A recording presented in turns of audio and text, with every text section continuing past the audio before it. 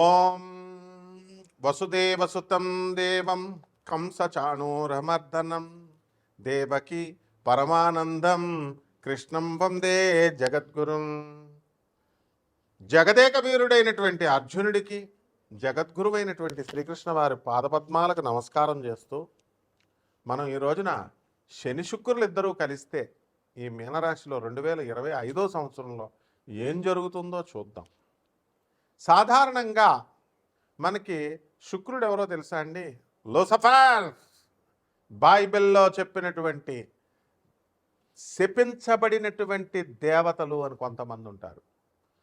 అలాగే హిందూ మత శాస్త్రంలో కూడా మనకి గ్రామ దేవతలు అని మనం చెప్పుకుంటాం కదా.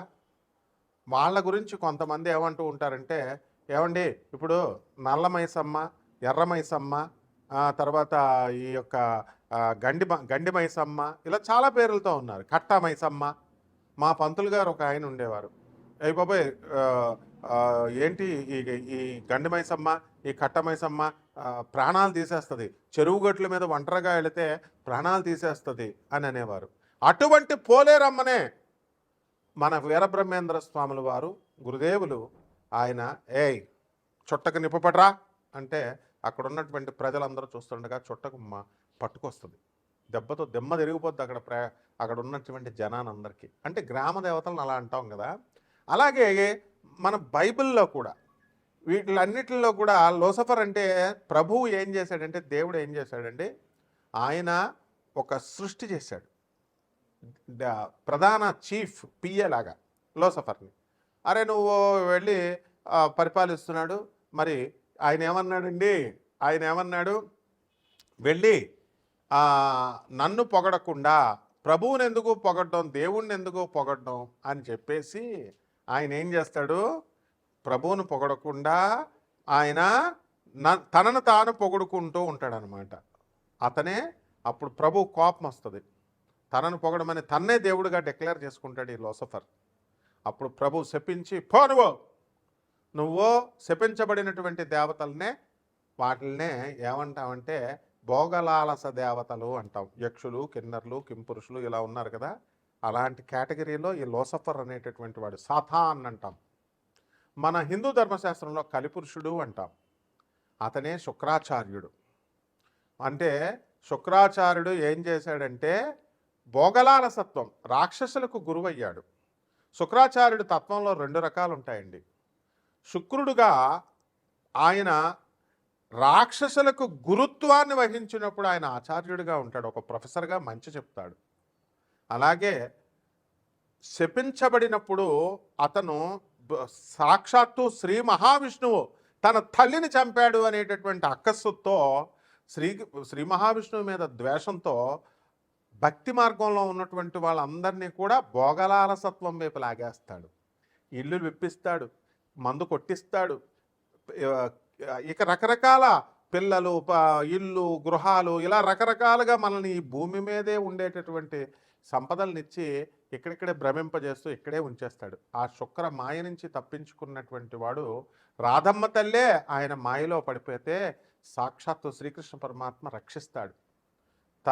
ఆ రాధమ్మ తల్లి జాగృతమైన మరుక్షణం శుక్రాచార్యుడి యొక్క మాయను విచ్ఛిన్నం చేసింది. అంత పవర్ఫుల్ శుక్రాచార్యుడు. మరి ఇక శని ఎవరో తెలుసా అండి? అటానమస్ ప్లానెట్, స్వయం ప్రతిపత్తి కలిగినటువంటి ఒక అటానమస్ యూనివర్సిటీ లాంటిది. ఆయన బ్రహ్మ విష్ణు మహేశ్వరుల్నే ఎదిరించి పారేస్తాడు. విష్ణుమూర్తి ఈ శనీశ్వరుడి యొక్క కాలు విరగొట్టేస్తాడు. అలాగే మరి అహంకారపూరితుడై యుద్ధం చేసినప్పుడు, అంటే తాను ఎవరికి రిపోర్టింగ్ ఇవ్వాల్సినటువంటి అవసరం లేదు. ఇప్పుడు శనీశ్వరుడు మిమ్మల్ని కోటీశ్వరులు చేయాలన్నాడు అనుకోండి, చేసి పడేస్తాడు అంతే. విష్ణువుని కన్సల్ట్ చేయాలా, బ్రహ్మను కన్సల్ట్ చేయాలా, ఏమన్నా తొక్కి పడేయాలనుకోండి మిమ్మల్ని, సాక్షాత్తు శివుడు అడ్డొచ్చినా సరే తొక్కి పడేస్తాడు మిమ్మల్ని. ఎందుకంటే ఆయన శివస్వరూపం, శివుడి అవతారమే శనీశ్వరుడు.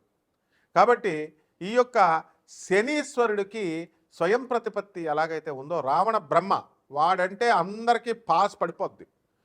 మరి అటువంటి రావణాసురుడు నవగ్రహాలన్నింటినీ బంధించి ఈ గడుల్లో కూర్చోబెట్టి ఏ స్థానంలో అయితే శని ఉంటాడో ఆ స్థానంలో ఆయుర్ధాయం తన కొడుకు పుట్టబోయేటటువంటి ఇంద్రజిత్తుకి పూర్ణాయుర్ధాయం, పూర్ణైశ్వర్యము 10 మంది పెళ్ళాలు, ఈ రకంగా 10 కార్లు, ఇలా ఎవడైతే కోరుకుంటాడో ఆ విధంగా సకల సంపత్తిని ఇచ్చినప్పుడు ఏం జరిగిందో తెలుసా?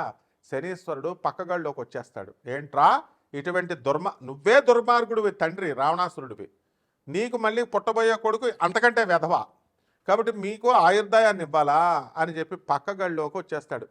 ఎప్పుడైతే పక్కగాళ్ళలోకి వచ్చాడో ఆయుర్దాయం క్షీణించబడింది, వాడికి మరణిస్తాడు. అంటే శని చేయదలుచుకుంటే అలా చేస్తాడు. ఆ తర్వాత పీడించేటప్పుడు బ్రహ్మని, తర్వాత ఈ యొక్క ఎవరు మన శివుణ్ణి మర్రి చెట్లో పడుకోబెట్టేస్తాడు. బ్రహ్మదేవుణ్ణి అవమానింపజేస్తాడు ఒక్క లిప్తపాటు క్షణం పాటు. అటువంటి వాడు పరమేశ్వరుని పార్వతీదేవి అడుగుతుంది ఏమని, అయ్యా నిన్ను పీడించడం ఏంటి, సర్వసృష్టికి నువ్వు జగత్తుకి అధిష్టాన దేవుడు కదా, నువ్వే కదా బాస్ అని అంటే, నేను సరదాగా పిల్లల్లాగా చేశా, మన పిల్లలు సరదాగా ఆడుకుంటుంటే మనం ఇది అవ్వకూడదు, డాడీ అని కొడతారు, పిప్పలాచార్యుడిని నేను పుట్టిస్తాను, అతని చేతిలో శనికి పరాభవం జరుగుతుంది అని చెప్పి పిప్పలాచార్యుడిని పుట్టిస్తాడు. ఇవన్నీ కూడా చాలా కథలు ఉన్నాయి. కాబట్టి మనం చెప్పుకోబోయేది ఏంటంటే శని శుక్రుడు గురించి చూద్దాం. మీనరాశిలో శని ఉచ్చస్థితి, అటువంటి శనేమో శుక్రుడు ఉచ్చస్థితి, శనేమో సముడు. కాబట్టి ఈ శని శుక్రుల మిత్రత్వం ఉంది. కాబట్టి ఎక్కడైతే ఇప్పుడు అమ్మాయిని 7 సంవత్సరాలు 8 సంవత్సరాలు ఫోన్ మాట్లాడి వాడికి అదుర్సు సినిమాలో బ్రహ్మానందం లాగా అయిపోద్ది అనమాట. శని శుక్రులు మీనరాశిలో కలిస్తే, మళ్ళీ శని శుక్రులు వేరే చోట కలిస్తే మళ్ళీ అది సక్సెస్ అవుతుంది. అదుర్సు సినిమాలో బ్రహ్మానందం ఏం చేస్తాడండి, చక్కగా ఆ నయనతారకు మొత్తం అన్నీ చేస్తాడు. అన్నీ నాకేస్తుంది గురువుగారు అని జూనియర్ ఎన్టీఆర్ అంటాడు, మిమ్మల్ని నాకేశారండి, బాగా వాడేశారండి అంటాడు. అంటే సోఫాలు ఇప్పిస్తాడు, సామాన్ ఇప్పిస్తాడు. అలా మనం జనం అంతా కూడా ఆడది ఫోన్ చేయగానే, ఆడది అడగగానే మొత్తం డబ్బులు ఇచ్చేస్తారు. మొత్తం మగవాడు పాపం ఎంత దుర్భర పరిస్థితిలో ఉన్న ₹1 ఇవ్వడానికి బాధపడతారు. అది ఈ శని శుక్రుల యొక్క కలయిక మీనరాశిలో. అంటే ఏంటంటే మీరందరూ మిమ్మల్ని అందరినీ లవర్స్ వదిలేస్తారు, అందరూ డౌట్ లేదు. తర్వాత ఎన్నో సంవత్సరాలుగా మేము ఇన్వెస్ట్మెంట్లు పెట్టామండి లవర్ మీద, మేము ఎన్నో కష్టాలు పడి మేము 7 సంవత్సరాలు 8 సంవత్సరాలు మాట్లాడేమంటారు, మీరు మోసగింపబడతారు మీ ప్రేమికుల చేతిలో. ఇది శని శుక్రుల కలయిక. ఇక 12 రాశుల మీద ఈ శని శుక్రులు ఎలాంటి ఫలితాలు ఇస్తుందో మనం చూద్దాం. ఈ వృషభ రాశి వారందరికీ కూడా మనకి మే 18వ తేదీ తర్వాత వ్యాపారాలన్నీ బాగుంటాయి. వృత్తి వ్యాపార ఉద్యోగ విషయాల్లో మీకు తిరుగులేదు. మీరు అనుకున్న పనులన్నీ కూడా చకా అయిపోతూ ఉంటాయి. స్త్రీల వలన మీకు శని శుక్రుడితో కలిసి ఉండడం వలన మీకు ఈ వృషభ రాశి వాళ్ళందరికీ కూడా స్త్రీల వలన లాభం ఉన్నప్పటికీ కూడా మరి ఈ శని అవరోధాన్ని కలిగిస్తాడు. మీ మీద మీరు స్త్రీలతో మర్యాదగా కనుక వ్యవహరించకపోతే ఒక స్త్రీ మిమ్మల్ని పట్టి మిమ్మల్ని బుక్ చేయాలని చూస్తుంది. ఎవరైతే ప్రేమల్లో నిమగ్నమై ఉన్నారో అటువంటి ప్రేమికులతో మీరు కొన్ని ఇబ్బందుల పాలవుతారు. ఒక స్త్రీ మిమ్మల్ని కాటేయాలని చూస్తుంది. కాబట్టి వృషభ రాశి వాళ్ళు చాలా జాగ్రత్తగా ఉండాలి. ఇకపోతే బట్టల వ్యాపారం చేసుకోండి, కిరాణా వ్యాపారం చేసుకోండి, హాస్టల్ వ్యాపారం, ఇవన్నీ కూడా కలిసి వస్తాయి మీకు. ఇకపోతే రొయ్యల వ్యాపారం బ్రహ్మాండంగా కలిసి వస్తుంది. చేపల రొయ్యల చెరువులు నడుపుతున్నటువంటి వాళ్ళు బాగుంటారు, రైతులు బాగుంటారు. మే 18 తర్వాత రాహుకేతుల సంచారం మరి మీనరాశి నుంచి మీకు కుంభరాశిలోకి రాహు మారిన తర్వాత, కేతువు మరి ఈ యొక్క కన్యారాశి నుంచి సింహరాశిలోకి మారిన తర్వాత అర్ధాశ్రమ కేతుగ్రహ ప్రభావం వలన మీకు అందరికీ కూడా కాస్త ఇబ్బందులు ఏర్పడుతూ ఉంటాయి, డిప్రెషన్స్ ఏర్పడుతూ ఉంటాయి. కాబట్టి ఈ డిప్రెషన్స్ ఎందుకు తెచ్చుకోవడం, మీరంతా కూడా అనవసరంగా ఆడవాళ్ళతో మీకేం పని, అసలు మీ పని మీరు చదువుకోకుండా, మీరు చేసేది మీరు చేసుకోకుండా, ఇక వివాహాలు కావాలనుకునేటటువంటి వాళ్ళకి వివాహాలు అయిపోతాయి.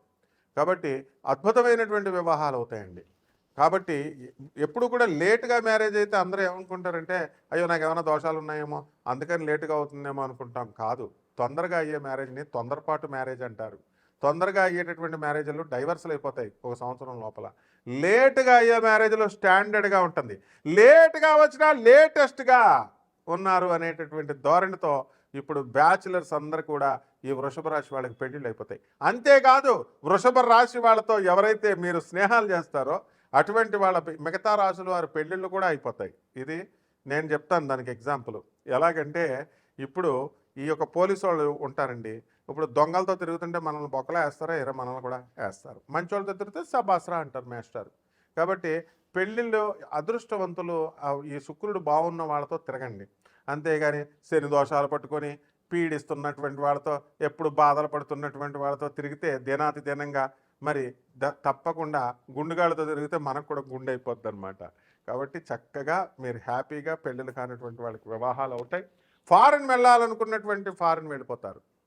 ఇప్పుడు మీకు ఏది అనుకుంటే అది అయిపోద్ది. బిల్స్ కాంట్రాక్టర్ల దగ్గర బిల్స్ పెండింగ్లో ఉన్నాయండి అన్నారు, అన్నీ వచ్చేస్తాయి మీకు. ఈ విధంగా వృషభ రాశి వాళ్ళకి తిరుగులేదు. మీ పని ఎంతసేపు వృషభ రాశి వాళ్ళు యజమానికి సంపాదించి పెట్టడమే, మీరు డెవలప్ అవ్వడం ఉండదమ్మా. వృషభ రాశి అంటే ఎద్దు. రైతు దగ్గర ఎద్దు బయలుదేరుతుంది ఇంటి నుంచి, చెరుకు కోసుకొస్తారు, మళ్ళీ అక్కడ తోలేవాళ్ళు లేకపోయినా సరే ఇంటికి అది వచ్చేస్తుంది. అది ఇది కొన్ని సిస్టమ్స్ ఉన్నాయి. కాబట్టి మీరు చక్కగా పరిహారాలు చేసుకోవాల్సినటువంటి అవసరం ఉంది వృషభ రాశి వారు. ఆ వృషభ రాశి వారికి అర్ధాశ్రమ కేతుగ్రహ సందర్భంగా కేతు జపం చేయండి, కేతు స్తోత్రాలు చదవండి. కేతువుకి కిలోంపావు ఉలవల్ని ఆవు పేడ రంగు కానీ లేదా చిత్రవర్ణం అన్ని కలర్డ్ మల్టీ కలర్డ్ వస్త్రాన్ని ఇచ్చి పేద బ్రాహ్మణులకి మీరు చక్కగా అధిక పారితోషికం ఎంత ఇవ్వాలో తెలుసా? మినిమం 3000 ఇవ్వాలి. మీరు బ్రాహ్మణులని సంతృప్తి పరిస్తేనే ఇస్తారు. అది కూడా పేదవాళ్ళని ఏరుకోండి. కపటగాళ్ళు ఉంటారు, కపటగాళ్ళు మేము చేతబడులు చేస్తాం, మేము వశీకరణలు చేస్తాం అనేటటువంటి వాళ్ళు బ్రాహ్మణుల్లో తక్కువ మంది ఉంటారు. ఒకవేళ ఎవరన్నా ఉంటే వేణుస్వామి లాంటి వాళ్ళను ఇప్పుడు ఏ రేంజ్కి వెళ్ళిపోయాడు, ఎక్కడ పడిపోయాడు, చివరికి రాశిఫలాలు చెప్పుకుంటున్నాడు నాకులాగా. ఒకానొక సమయంలో కింగ్. మరి అలా కాకుండా మీరు ఏం చేయాలండి? చక్కగా ఎట్టి పరిస్థితుల్లో కూడా మంచి బ్రాహ్మణులను ఏరుకొని అధిక పారితోషికాన్ని ఇచ్చి గౌరవించండి, మీకు జరుగుతుంది. అలాగే మీరు ఏం చేయాలి? మీరు కేతువుకి చక్కగా ఈ చండ్ర సమిధులు అని ఉంటాయి, ఆ చండ్ర సమిధులతో మీరు చక్కగా ఇది చేయండి. ఇదేంటి హోమం చేయండి. ఏం హోమం చేయాలా? ధూమావతి అమ్మవారి యొక్క హోమాన్ని మీ ఇళ్లల్లో జరిపించుకోవచ్చు. అలాగే లక్ష్మీ నరసింహస్వామి వారి యొక్క హోమాన్ని మీ ఇళ్లలో జరిపించుకోవచ్చు. కాబట్టి వామాచారం, కౌలాచారం, అమ్మవారికి మటన్ పెట్టాలా, చికెన్ పెట్టాలా, మందు బాటిల్ పెట్టాలా, తర్వాత మైథునం, పంచబలులు, ఇలాంటి దొంగ మాటలు చెప్పేటటువంటి వాళ్ళ దగ్గరికి వెళితే వాళ్ళతో పాటు మీరు కూడా రౌరవాది నరకాలకు వెళ్ళిపోతారనమాట. కాబట్టి సాంప్రదాయబద్ధమైనటువంటి దేవాలయాలలో పౌరహిత్యం చేసుకుంటూ పేదరికంలో ఉన్నటువంటి పూజారులు ఉంటారు, వాళ్ళని గౌరవించి వాళ్ళ చక్కగా సశాస్త్రీయంగా సహేతుకంగా చెప్పేటటువంటి వాళ్ళని మీరు ఎంత ఎక్కువిస్తే అంత మీకు మంచిది. అందుకని పిసనారితనాలు చేస్తే మాత్రం మీరే పోతారు, తర్వాత మీ ఇష్టం. శుభమస్తు.